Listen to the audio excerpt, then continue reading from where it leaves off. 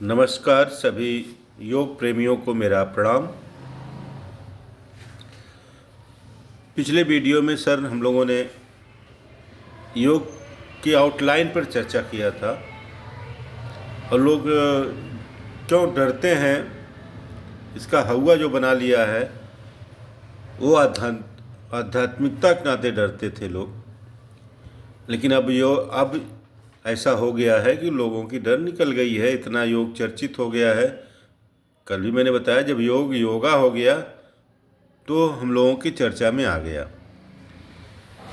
बहरहाल हम लोग कल वादा किए थे कि अगले वीडियो में हम लोग योग के अंगों के बारे में चर्चा करेंगे। तो आइए प्रथम अंग के बारे में ही आज हम चर्चा करेंगे क्योंकि लंबा हो जाता है। प्रथम अंग है यम। इस यम का क्या होता है? यम हमें मानसिक शुद्धि के लिए बहुत जरूरी है, आत्मिक शुद्धि के लिए बहुत जरूरी है, आध्यात्मिक शुद्धि के लिए बहुत जरूरी है। बड़ा टफ हो रहा है, इस पर आप परेशान न होइएगा। हम डायरेक्ट आ जाते हैं उसके अंगों पर। यम में भी 5 अंग होते हैं, जो संस्कृत में एक श्लोक है, अहिंसा सत्य आस्तेय, अहिंसा सत्य आस्तेय, ब्रह्मचर्य अपरिग्रह यमा, ब्रह्मचर्य अपरिग्रह यमा। अर्थात अहिंसा, सत्य, अस्तेय। अहिंसा क्या है आप जानते हैं। हम एक एक को चर्चा करते चलते हैं, आगे अंगों के बारे में जान जाएंगे आप। अहिंसा क्या है आप जानते हैं, किसी भी जीवों के प्रति मन, कर्म, वचन से दुर्भावना न लाना। अपने मन में भी दुर्भावना न लाना, कर्म में भी दुर्भावना न लाना कि मैंने उसको मार पीट दिया जाए, ये तो अहिंसा हुई। लेकिन उसकी एक लाइन में हम व्याख्या कर सकते हैं कि सभी जीवों के साथ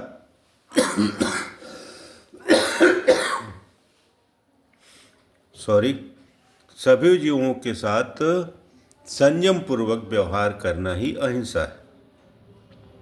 सभी जीवों के साथ संयम पूर्वक व्यवहार करना ही अहिंसा है। अब इस पर बहुत चर्चा करने की जरूरत नहीं है। मैं ये भी नहीं कहूँगा कि अब एकदम अहिंसक बन जाइए, क्योंकि उसी लाइन में आगे एक श्लोक में कहा गया है, हमारे धर्म वेदों में कहा गया है कि धर्म की रक्षा करने के लिए आप अगर हिंसा करते हैं तो वो अहिंसा ही माना जाएगा। धर्म की रक्षा करने का कौन सा सबसे बढ़िया साधन? आप स्वयं हैं। आपकी स्वयं की शरीर है। शरीर माध्यम खलु धर्म साधनम कहा गया है। शरीर माध्यम खलु धर्म साधनम। मैं ये नहीं कहता कि आपके कोई शरीर को काट दे, आप पर कोई अटैक कर रहा हो, या कोई सर्प ही है आप पर अटैक करने जा रहा है, आप उसको न मारें। मैं ऐसा कभी नहीं कहता। आप अपनी स्वयं की रक्षा करें। आपकी स्वयं की रक्षा करने की अगर हिंसा करनी पड़ जाए तो बुरा नहीं है, वो अहिंसा के अंतर्गत ही आएगा, क्योंकि आप अपने शरीर से ही धर्म का पालन करवाएंगे।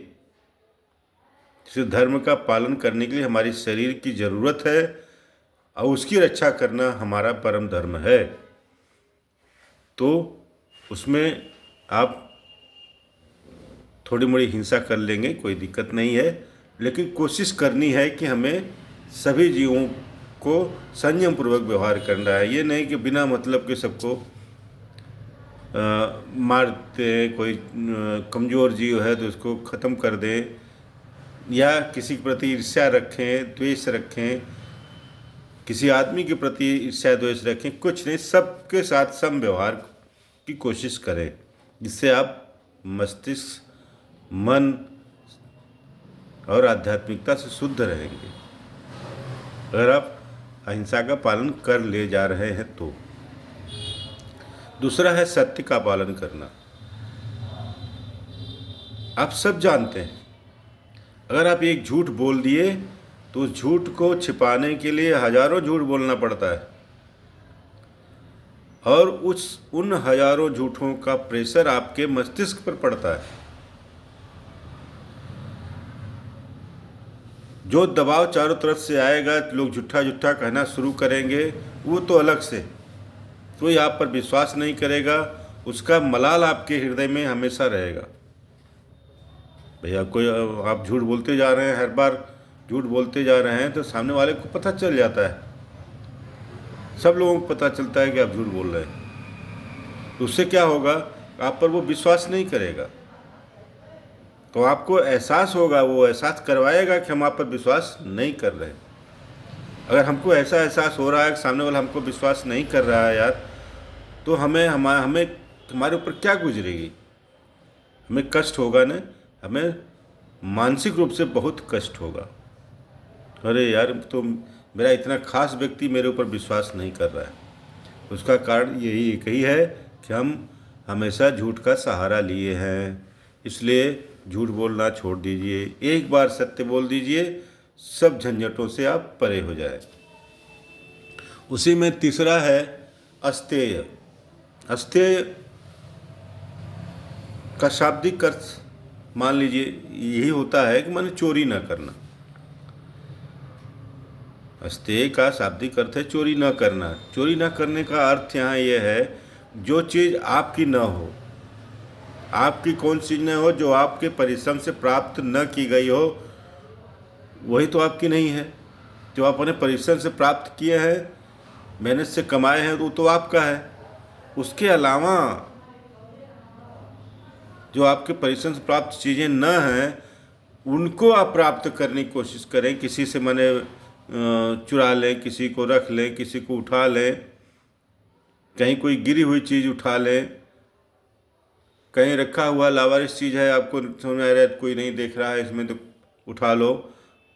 उसमें आप परेशान होंगे, दिमाग में हमेशा बना रहेगा कि यार ये किसी की चीज़ है, चुरा लिए हम, रख लिए हम। नहीं, चुराने के शब्द अपने आप पर लोग अपने के लिए नहीं यूज़ करते हैं चुराने का शब्द, तो रख लिए, गलत किए, ऐसा तो दिमाग में आएगा ही।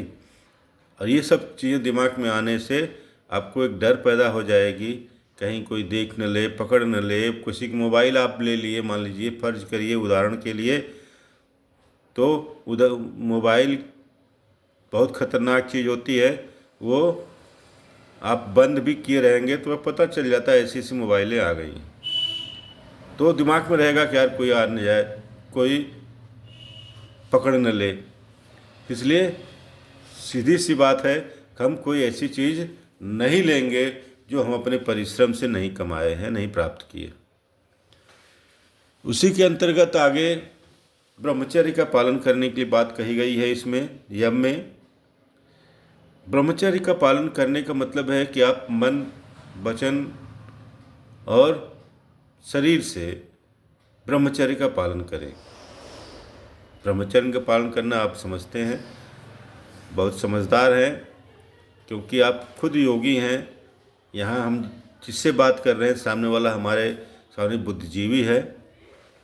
आप उसका पालन करेंगे तो आप निश्चित रूप से अंदर से मजबूत होंगे और मानसिक रूप से भी मजबूत होंगे। शारीरिक रूप से मजबूत तो होंगे। शरीर मजबूत है तो रोग नहीं होगा, रोग नहीं होगा तो इम्यून पावर बढ़ा रहेगा, इम्यून पावर बढ़ा रहेगा तो मन की शक्ति बढ़ी रहेगी, आपके विचारों की शक्ति बढ़ी रहेगी। इसलिए ब्रह्मचर्य का भी पालन करें।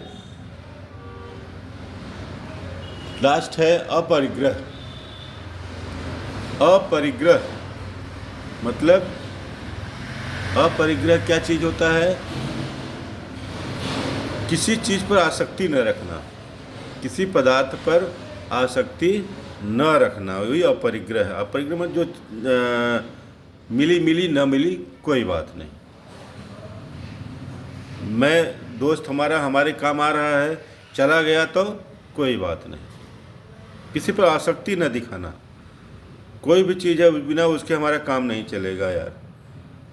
ये खो गई तो अब हमारा काम कैसे चलेगा, फला व्यक्ति चला गया तो हमारा काम कैसे चलेगा। तो ये आसक्ति हो जाती है। आसक्ति किसी के प्रति न रखिए, क्योंकि अगर वो मान लीजिए किसी मित्र के प्रति आपकी आसक्ति हो गई, साथ साथ काम करवा रहा है, साथ सो रहा है, बैठ रहा है, सारा कुछ आपका हेल्प कर रहा है, और वो कहीं चला गया तो फिर आप मस्तिष्क से कष्ट में आ जाएंगे। तो इसलिए अब परिग्रह का भी ध्यान रखिए। इन सब चीज़ों को आप पालन करने की बात इसलिए कही जा रही है क्योंकि अब आप कम समय में जान गए होंगे कि मैंने ये सब चीज़ें मस्तिष्क को, मन को शुद्ध करता है। अगर इसका पालन करते हैं तो मस्तिष्क को शुद्ध करता है। इसमें तमाम चीज़ें आती हैं। जैसे अब लोग कहते हैं यार हम व्रत रहें, तो व्रत भी इसका एक अंग है। इस पर चर्चा हम आगे करेंगे। धन्यवाद, प्रणाम।